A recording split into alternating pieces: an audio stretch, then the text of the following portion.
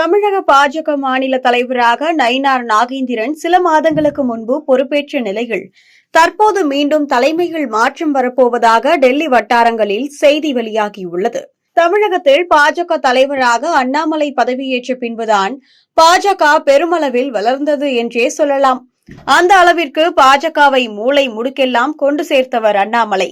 இதனால் அண்ணாமலைக்கென தனியொரு ரசிகர் பட்டாளமே உருவானது. மேலும் பல இளைஞர்கள் புதிதாக கட்சியில் இணைந்து கொண்டு அண்ணாமலையை தலைவராக ஏற்றுக்கொண்டனர். குறிப்பாக அண்ணாமலை திமுகவையும் அவர்கள் செய்த ஊழல்களையும் வெளிக்கொண்டு வருவதை சிறப்பாக கையாண்டவர் என்றே சொல்லலாம். ஏனெனில் உதயநிதியும் சபரீசனும் 4000 கோடி ஊழல் செய்திருக்கின்றனர் என பிடிஆர் பழனிவேல் தியாகராஜன் பேசிய ஆடியோவை வெளியிட்டது. மேலும் மின்சாரம் மற்றும் மதுவிலக்குத்துறை அமைச்சராக இருந்த செந்தில் பாலாஜியை பாட்டிலுக்கு 10 ரூபாய் அதிகமாக வாங்கும் பாலாஜி என விமர்சித்ததோடு அவரை அமலாக்கத்துறை பிடியில் சிக்க வைத்து சிறைக்கு அனுப்பியதில் பெரும் பங்கு அண்ணாமலைக்கு இருக்கிறது என்றே சொல்லலாம். மேலும் டிஎம்கே ஃபைல்ஸ் என்று திமுகவின் ஊழல்களை வெளிக்கொண்டு வந்து அனைத்து அமைச்சர்களின் கண்களிலும் விரலை விட்டு ஆட்டியவர் அண்ணாமலை. இதனாலேயே அண்ணாமலையின் செயல்பாடுகள் பிடித்து போய் அவருக்கு மக்கள் பெருமளவில் ஆதரவு தெரிவிக்க தொடங்கினர்.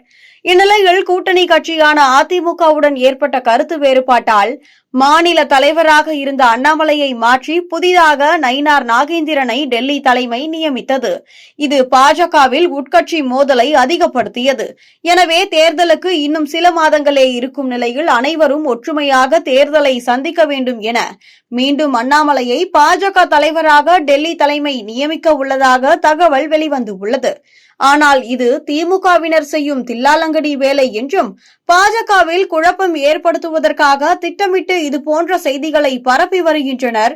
பாஜகவில் எந்த உட்கட்சி மோதலும் இல்லை, தேர்தலுக்கான வேலைகளை தீவிரமாக செய்து வருகின்றோம் என பாஜகவினரே கூறி வருகின்றனர்.